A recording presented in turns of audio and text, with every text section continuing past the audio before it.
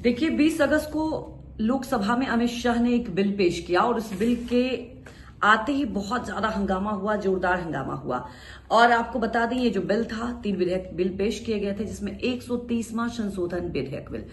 मैं इस बिल के बारे में थोड़ा सा आपको पहले बता दूं, उसके बाद समझाएंगे कि आखिर ये हंगामा क्यों मचा। दरअसल इस बिल के मुताबिक अगर कोई भी सीएम, पीएम, यहां तक कि केंद्र शासित प्रदेश के भी सीएम हो, अगर 30 दिन से ज्यादा आपराधिक मामले, यानी कि अगर वो हिरासत में रहते हैं तो उन्हें अपना पद छोड़ना होगा। मैंने पिछले वीडियो में आपको इसकी पूरी डिटेल बताई थी कि अभी क्या प्रावधान है, इसके बाद क्या प्रावधान हो जाएगा। लेकिन अब एडीआर की बात की जाए, जी हाँ, एडीआर रिपोर्ट के मुताबिक अगर बात की जाए तो सबसे बड़ा खुलासा हुआ है और ये चौंकाने वाली रिपोर्ट सामने आई है। इस रिपोर्ट की अगर बात करें तो आप यकीन मानिए कि साल दर साल आपराधिक मामले बढ़ते जा रहे हैं। जी हाँ, और खास तौर पर निचला सदन, जो कि लोकसभा की बात हम करें तो लोकसभा में चुन के मनोनीत सदस्य जो आते हैं, चुन के आते हैं। राज्यसभा की बात की जाए तो वहां पे मनोनीत किया जाता है, लेकिन लोकसभा की बात करें तो आपको बता दें कि जो आपराधिक मामले हैं वो बहुत ज्यादा बढ़ गए हैं। निचले सदन की बात करें तो 233 सांसदों पर आपको बता दें कि आपराधिक मामले दर्ज थे। अब मैं आपको बता दूं कि कैसे ये आंकड़े बढ़ते जा रहे हैं। 2009 की अगर हम बात करें तो आप ये समझिए कि 2009 में 30% ये था, तो 2004 की बात करें 23%, यानी कि बढ़ते जा रहे। 2004 में अगर 23 था तो आप ये समझिए 2009 में आंकड़े बढ़ गए 30%। उसके बाद 2014 की मैं बात करूं तो 34% ऐसे चुने गए हमारे प्रतिनिधित्व जिन पर कई ऐसे मामले दर्ज हैं आपराधिक। अब सवाल उठता है कि इसे लेकर जेपीसी में जाएगा ये बिल अभी पेश किया गया। हाल ही के इंटरव्यू में अमित शाह का इंटरव्यू खूब वायरल भी हो रहा है, जिसमें उन्होंने साफ तौर पर कहा कि बिल तो आएगा ही, और उन्होंने तंज भी कसा विपक्षी दलों पर कि ये लोग चाहते हैं कि जेल से ही कुर्सी चलाएं। सबसे बड़ा एग्जाम्पल हम सबने देखा और मैंने जिक्र भी किया था कि सबसे बड़ा एग्जाम्पल अरविंद केजरीवाल। और ये सवाल भी उठ रहा है क्या ये विपक्षी दलों को कहीं ना कहीं एक रणनीति के तहत ये जो आइडिया आया है, ये कहा भी जा रहा है विपक्ष की तरफ से, आखिर बीजेपी की तरफ ये आइडिया क्यों आया। मैं बता दूं कि जेपीसी को हम समझें, जेपीसी में तमाम दल उसमें शामिल होते हैं, लेकिन आम आदमी पार्टी की बात करें, आम आदमी पार्टी, सपा, टीएमसी, इन सब ने नकार दिया। हालांकि कांग्रेस की तरफ से अभी इसमें नकारने की बात सामने नहीं आई है। जेपीसी में 21 लोकसभा और 10 राज्यसभा सांसद शामिल होते हैं और जेपीसी में कोई बिल जाता है, उसके बाद उस पर मंथन होता है, उस पर राय दी जाती है, उसके बाद एक रिपोर्ट आती है, फिर दोबारा सदन में पेश किया जाता है। अब सवाल उठता है कि आखिर इतनी खलबली क्यों मची है भाई।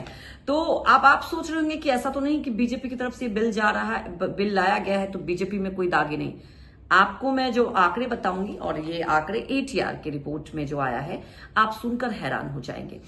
बीजेपी की बात की जाए, जी हाँ, अब विजयी उम्मीदवारों की बात करें तो 240 विजयी उम्मीदवारों में 39%, जी हाँ, 39% पर आपराधिक मामले घोषित किए गए। कांग्रेस की बात करें, 99 विजय उम्मीदवारों में से 49, यानी कि 49% ने आपराधिक मामले दर्ज हैं। समाजवादी पार्टी की बात करें तो 37 उम्मीदवारों में से 21, यानी कि 45% पर आपराधिक मामले दर्ज हैं।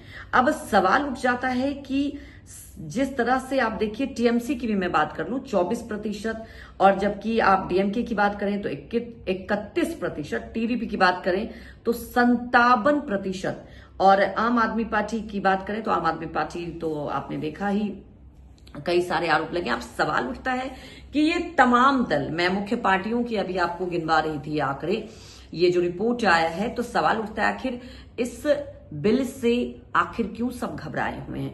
क्योंकि फिलहाल एक ये जो बिल लाया गया है, ये सत्ता पक्ष की तरफ से कहा जा रहा है कि ये भ्रष्टाचार को खत्म करने के लिए लाया जा रहा है, लेकिन विपक्ष लगातार ये कह रही है कि कहीं ना कहीं ये लोकतंत्र पर बहुत बड़ा हमला है। असुद्दीन ओवैसी तो ये कह रहे हैं कि कहीं ना कहीं ये सरकार को अस्थिर करने के लिए है। लेकिन सवाल तो उठता है कि जो एक दूसरे पर उंगली उठा रहे हैं, पाक साफ तो कोई नहीं है।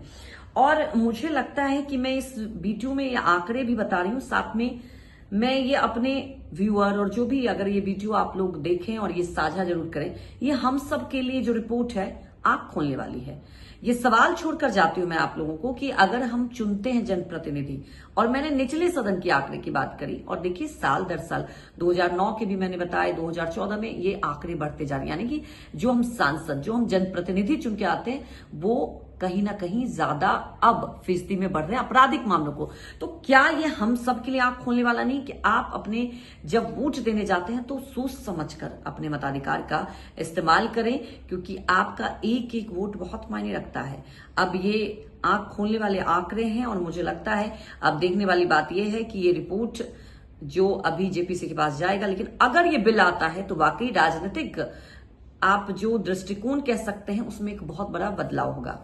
हालांकि ये तो वक्त ही बताएगा कि ये बिल पेश हो पाएगा या नहीं, लेकिन इस बिल के आ जाने से ही इस बिल को अभी तो पेश ही किया गया है, आप देख सकते हैं कितनी खलबली मची हुई है। मैं यूं कहूं कि यहां तो ऐसी स्थिति है कि तुम इस पर कीचड़ उछालोगे, तुम उस पर कीचड़ उछालोगे, दाग यहां सबके दामन में दिखाई दे रहा है।